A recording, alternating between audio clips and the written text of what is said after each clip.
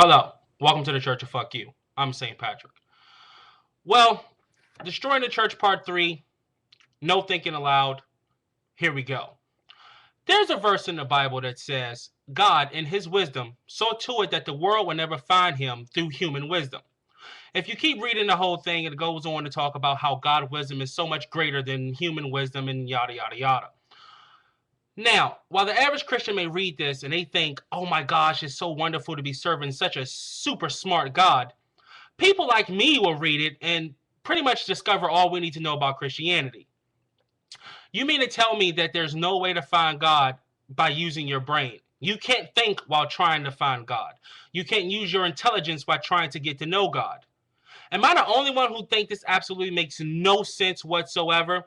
So you mean to tell me while I'm searching for God, I can't use the brain that supposedly he gave me? And you Christians accept this shit as fact? You know what? It kind of makes sense. Because in order to accept all the other bullshit Christianity wants you to believe, you would actually have to be mindless. All right? I actually wrote down a list of things that Christianity expects you to believe that are completely illogical. You ready? I'm going to read it real fast, so just bear with me. Here's my little short list. A talking snake, a talking donkey, the Red Sea parting and people walking through it, men being thrown into a burning furnace and not dying, a man being thrown into a lion's den and not getting eaten after spending the whole entire night, a child being brought back to life by a guy just laying on top of him, must have been Catholic, the walls of Jericho, which was supposedly this great and masterful city, fell because people just walked around it and blew trumpets. A man killed 1,000 men with a donkey's jawbone, right? A rod becomes a snake, eats two other snakes that were also rods, and then turns back into a rod. And a guy spends 3 days in the belly of a whale. Oh, and don't even get me started on Jesus. Okay, apparently he walked on water, turned water into wine, fed 5,000 people with 5 loaves of bread, and say a couple fish, and had leftovers.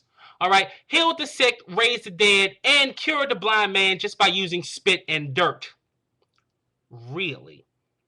Okay, it's funny, but all of these stories are completely illogical. And believe me, there are plenty more stories in the book. And no one would even remotely think of it as being true outside of religion. If a guy told you that he was sitting down and he talked to his cat and his cat preached to him about God and told him all the wonderful things about God, everybody would just immediately think he was insane, including Christians. Yet Christians believe that a woman and a snake had a conversation and a man and his donkey had a conversation. If a guy told you that he fought 100 dudes at a bar with only a baseball bat and he beat up and killed all of them, everyone will cry bullshit on that. But we believe a man killed 1,000 men with a donkey's jawbone. Really, Christians? That's what we believe? And you know what else I find funny? I find it really funny.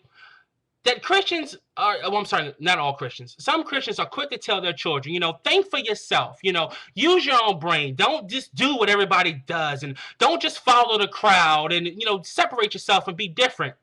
Then they take them to church and say, well, you got to accept everything that this guy says just because. So apparently it's okay to use your own brain. It's okay to be your own individual, except when it comes to religion. You just have to follow. Millions of people believe that a guy did wonderful and great miracles.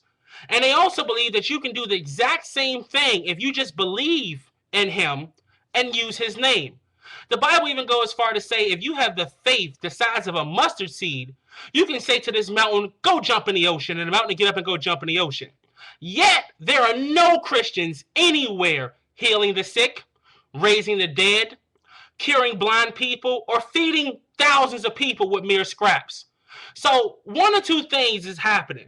Either one, no Christian truly believes in Jesus, and if that's the case, would you all please shut the fuck up and move on with your life and leave us alone?